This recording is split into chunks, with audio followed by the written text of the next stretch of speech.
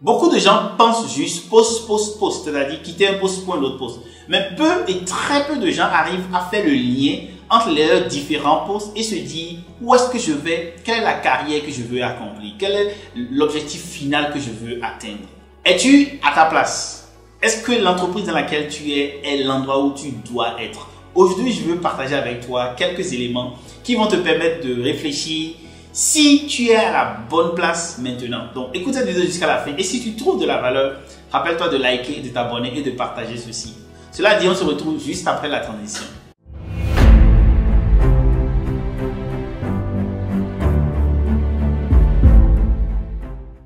Lorsqu'on décroche un poste, on a des appréhensions. On se dit, bon, ça va être comme ceci. On a lu le cahier de charge, on a lu ce qui est en ligne.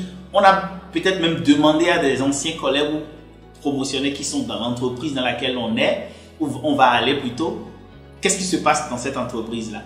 Et quand on prend tous ces éléments-là, on finit par prendre la décision de rejoindre l'entreprise.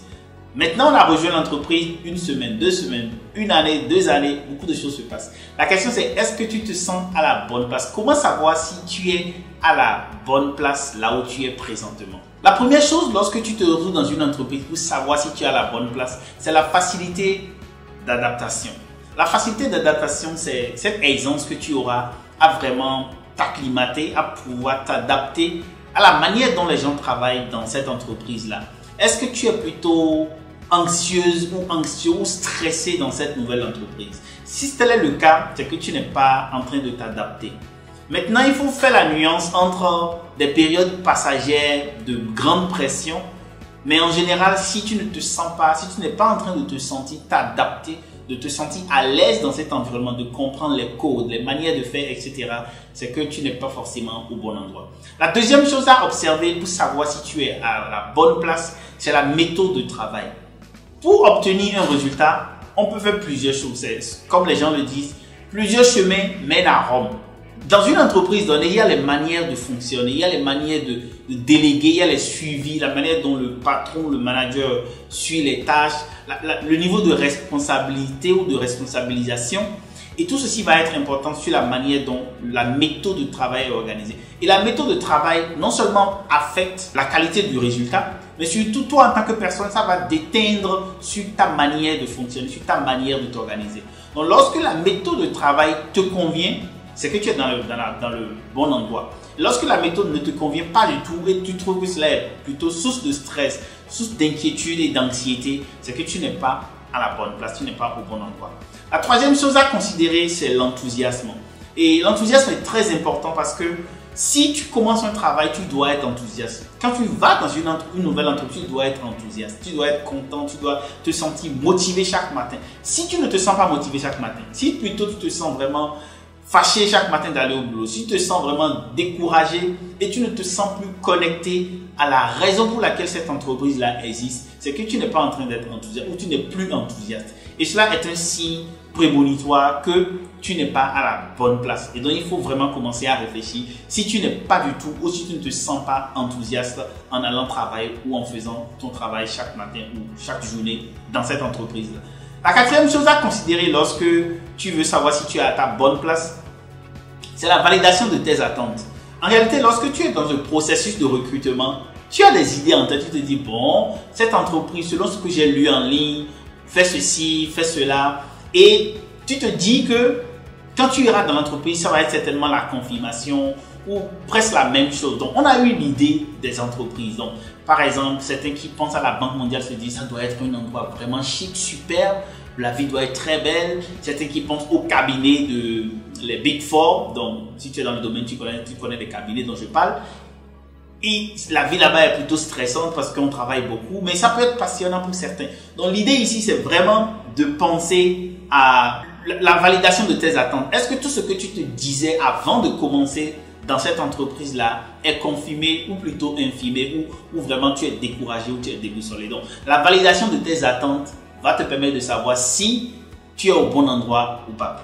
La cinquième chose, lorsqu'il faut vraiment regarder si tu es au bon endroit, c'est le cadre de travail.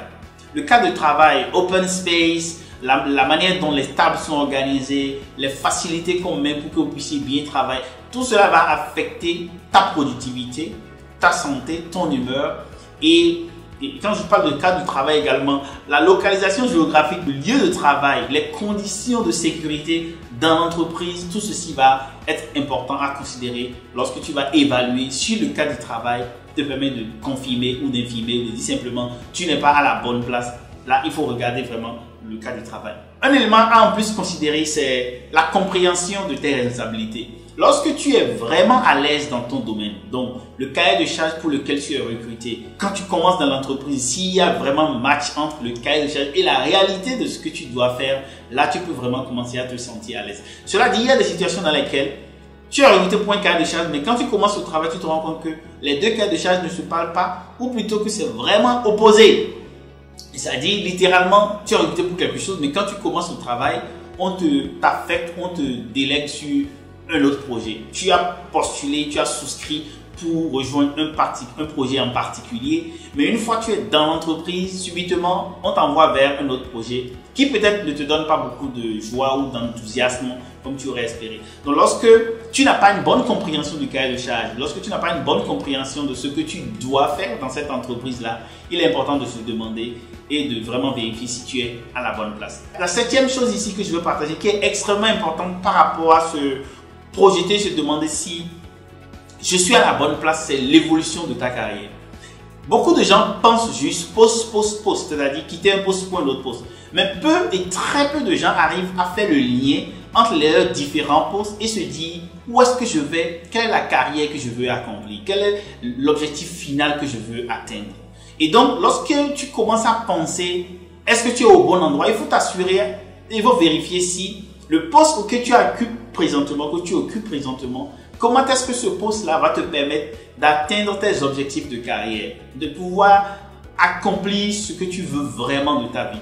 Quand tu penses à une carrière réussie pour toi, dans ton domaine, dans la formation que tu as faite, dans les expériences que tu as accumulées, à quoi cela ressemble? Et est-ce que le poste actuel va te conduire vers cela? Donc, le fait de vraiment regarder les perspectives ou les options de progression de carrière ou d'avancement de carrière plutôt que juste le poste sont des éléments à considérer lorsque tu veux savoir si tu es au bon endroit. Cela dit, tu sais bien qu'à l'Impatient, nous accompagnons les professionnels compétents à réussir. Donc, si tu as l'impression que tu n'es pas au bon endroit et tu as envie de discuter pour penser comment faire la transition, pour penser comment décrocher le meilleur poste pour t'expatrier, tu es au bon endroit, tu sais ce qu'il faut faire.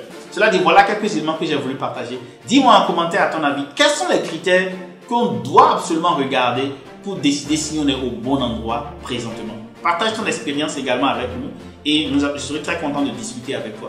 Cela dit, nous sommes à la fin. Merci pour ton attention. Et si tu as trouvé de la valeur, rappelle-toi de liker, de t'abonner et de partager. Car partager, c'est grandir ensemble. Je suis Maurice Chabi et j'accompagne les professionnels compétents à s'expatrier. Pour travailler avec moi et mon équipe, écris un commentaire privé ou sur vip@limpatient.com.